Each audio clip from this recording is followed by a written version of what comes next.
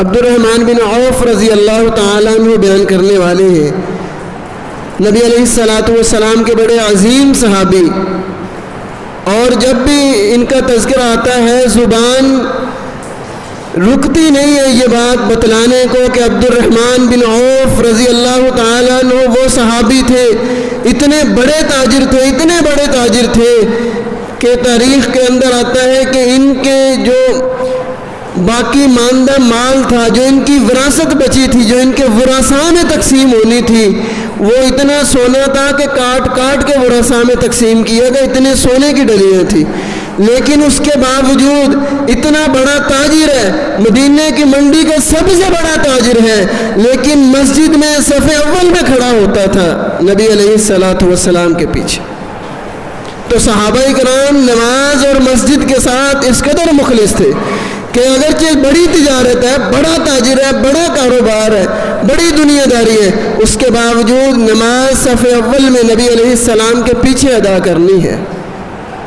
بیان کرتے ہیں میں رسول اللہ صلی اللہ علیہ وسلم کے پاس آیا، اتیت النبی وہو ساجد، نبی علیہ السلام سجدے کی حالت میں تھے، نبی علیہ السلام نے سجدہ لمبا کر دیا، کہتے ہیں میں انتظار کرتا رہا، نبی علیہ السلام سجدے لمبے کرتے گئے، میں رسول اللہ صلی اللہ علیہ وسلم کی خدمت میں حاضر ہوا تو نبی علیہ السلام فرمانے لگے اتانی جبریل، میرے پاس جبریل علیہ السلام آئے تھے، اللہ کے وہ فرشتے جو انبیاء کرام پہ وحی لے کے آتے ہیں، وہ فرما رہے تھے من صلی علیک صلیت علیہ، کہ اللہ کے رسول علیہ السلام جو بندہ آپ پہ درود بھیجتا ہے، جو بندہ آپ پہ درود پڑھتا ہے، میں جبریل بھی اس پہ درود بھیجتا ہوں، میں بھی اس پہ درود پڑھتا ہوں۔ ومن سلم علیک سلمت علیہ، اللہ کے رسول جو آپ پہ سلام بھیجتا ہے، جو آپ کو سلام کرتا ہے، میں جبریل بھی اس کو سلام کرتا ہوں، میں بھی اس پہ سلام بھیجتا ہوں۔ ذرا سی زبان ہلانے کی بات ہے، اور اللہ کے مقرب ترین فرشتے جبریل علیہ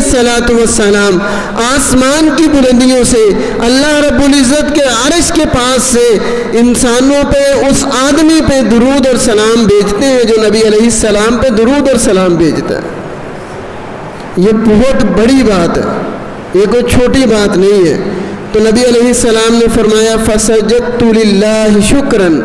مجھے یہ اللہ نے اتنی بڑی نعمت دی ہے کہ میرے اوپر درود بھیجنے کی وجہ سے میرے امتی کو اتنا بڑا مقام اور مرتبہ مل رہا ہے، میں نے اللہ کے ہاں شکرانے کے سجدے کر رہا تھا۔ بالکل صحیح روایت ہے۔ اور اسی طرح نبی علیہ السلام کی ایک دوسری روایت، جناب ابو ہریرہ رضی اللہ تعالیٰ عنہ، نبی علیہ السلام کے عظیم محدث صحابی، آپ سے بے شمار احادیث نقل کرنے والے، سب سے زیادہ احادیث آپ سے بیان کرنے والے صحابی، فرماتے ہیں، یہ بھی سنن مسند احمد کے اندر حدیث موجود ہے، فرماتے ہیں نبی علیہ السلام نے فرمایا کہ جو آدمی مجھ پہ ایک مرتبہ درود بھیجتا ہے، اللہ رب العزت اس پہ 10 مرتبہ درود بھیجتے ہیں۔ من صلی علیہ واحدۃ صلی اللہ عشرن، صلی اللہ علیہ عشرن، جو آدمی مجھ پہ ایک مرتبہ درود بھیجتا ہے، اللہ اس آدمی پہ 10 مرتبہ درود بھیجتے ہیں۔ اتنی فضیلت ہے، اور آج ہم اس قدر سست ہو چکے ہیں کہ جب بھی نبی علیہ السلام کا نام آتا ہے، ہماری زبان سے درود کا چھوٹا سا کلمہ صلی اللہ علیہ وسلم یا علیہ السلام بھی نکلنا ہم گوارا نہیں کرتے، کہ اتنی بھی زبان کو حرکت دے دیں کہ ہماری زبان سے یہ الفاظ ہی نکل جائیں، اور اب گم سم ہو کے بیٹھے رہتے ہیں، ہمیں پتہ ہی نہیں ہوتا کس کا تذکرہ ہو رہا ہے، بار بار نبی علیہ السلام کا نام لیا جاتا ہے۔ تو ہمیں زبان کو ذرا سی حرکت دے کے یہ اتنا بڑا اجر لازمی لینا چاہیے۔